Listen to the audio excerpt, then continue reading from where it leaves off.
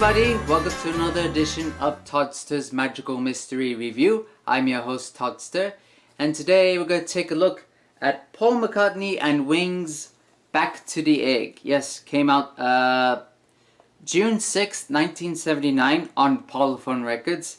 And yeah, this is the very last Wings album to be out. And so yeah, so when it came to making the next Wings album, Paul decided to, sort of regroup the band a bit, and he brought in guitarist Lawrence Juber and drummer Steve Hawley to complete the final lineup. And Paul wanted to make sort of a concept album of a working band, and it took almost a year to make this album.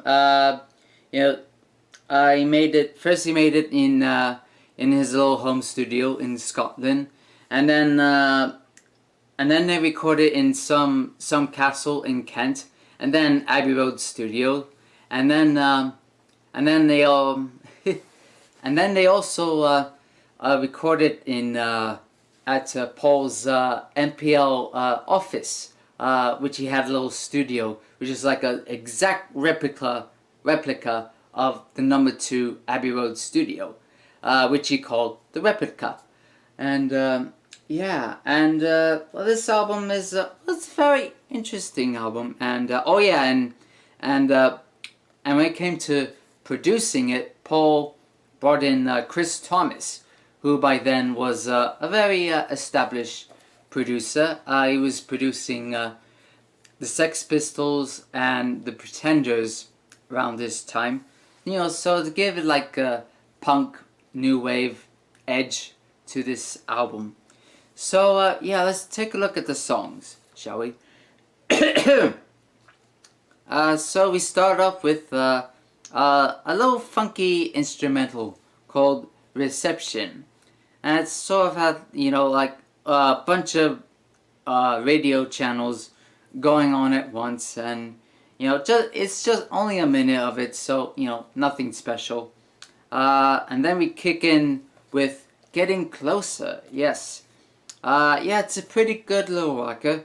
Yet Paul wrote this back in '74, and yet to one journalist, it sounded a bit more like Squeeze than Wings. But anyway, we move on to Reopen Tonight. Yeah, that was going to be the original album title until Linda came up with Back to the Egg. And yeah, it's a bit of a gentle acoustic ballad. Yeah, a little bit short. But then we go on to Spin It On, and oh my god. Oh, what a crazy number this is. Yeah, it's so good, and it's so like Paul's little answer to the whole punk rock scene. And then we go on to Again and Again and Again, Denny Lane's number on the album, which actually came out as 2 unfinished songs, yet Paul recommended, putting it together as one song. Yeah, it's a nice song. And then we go on to Old Sam Sir. Yeah, written mostly by Paul, and yet the keyboard riff was written by Linda, and the little middle 8 was written by Steve Howley, and Denny Lane helped complete the song. And yeah, it's a bit of a screamer, this one, and it's an okay tune. And then we go on to Arrow Through Me. Yeah, it's more of a keyboard driven type tune. Yeah, nice song. It sounds a bit like Stevie Wonder, just a bit. And yeah, wonderful tune. So that's the first side. Actually, the first side is called the Sunny Side Up, and then we flip it over to the Over Easy side, the second side, and then it's the Rockestra theme, Yes, it's one of the two songs recorded with an all-star ensemble, and it has Dave Gilmour from Pink Floyd, Pete Townsend from The Who, John Paul Jones, and John Bonham from Zeppelin, and all sorts of people here. And yeah, nice instrumental, which actually earned a Grammy for Best Rock Instrumental Performance. And then we go on To You, yeah. Another little rocker, yet it has sort of that weird synthesizer type guitar solo on it. But yeah, it's another good song. And then we go on to a little medley called After the Ball and Million Miles. And After the Ball, yeah, sort of has a gospel type feel, a bit of a ballad, which, goes a bit over the place a bit, and yet segues into Million Miles, which is just Paul with his little concertina, something like that. It's sort of like a little accordion. Yeah, I do enjoy Million Miles, and then we go on to another medley, Winter Rose and Love Awake. Yeah, a couple ballads put together here. Yet Winter Rose, Paul's voice sounds a bit hoarse during this part. Yeah, and Love Awake, another wonderful song. Yeah. Yeah, apart from Paul's hoarse voice, it's another great highlight of the album.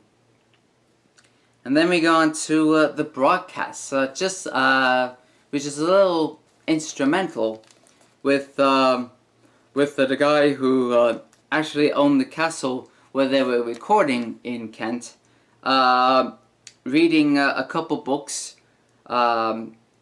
Sport of Kings and The Little Man, and it's an okay piece. And then So Glad to See You. Yes, this is the second Rockestra song. Another okay tune. Yeah, another bit of a screamer. Yet it reprises We're Open Tonight. And then we finally end the album with Baby's Request. Yes. Paul actually originally wrote this for a little vocal group called the Mills Brothers, but yet he did it on this album, and it sort of has like a old time, a jazzy feel to this song, which Paul actually would revisit for his Kisses on the Bottom album some 30 years later. Yeah, nice little tune. Yeah, so now we go into the bonus songs here. Daytime, Nighttime Suffering, which was the B-side of Good Night Tonight. Yeah, it's a nice forgotten tune, which should be looked more often. And then we go on to the Wonderful Christmas Time single. Paul actually made this while making what would become the McCartney 2 album, summer of '79. Yeah, of course, the Wonderful Christmas Time, one of the classic Christmas songs ever. And yet, some people love the song, and yet some people hate it. I tend to love the song because, pardon me, because it's Paul McCartney, Yet I do feel, it should have been on the McCartney 2 reissue, because, as I said, this was made during while he was making McCartney 2.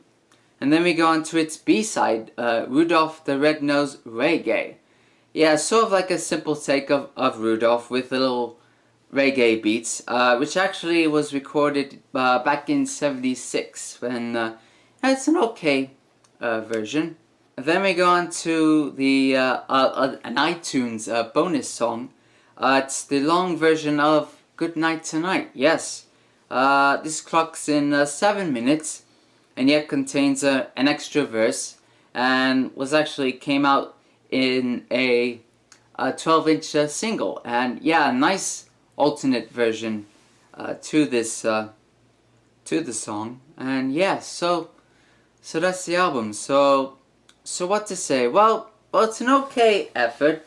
Yeah, I know that Paul tried to make like a more rocking album, but I think he sort of rocked a bit too much with this album. And yeah, this is sort of a somewhat disappointing end to Wings, but it's still an okay album. So as far as my rating, I'm gonna give this 2.5 Pauls out of 5. Yes, 2.5 Pauls for Back to the Egg. Yes. So my name is Toddster, and you just watched another magical mystery review, and we'll see you next time. Until then, toodaloo.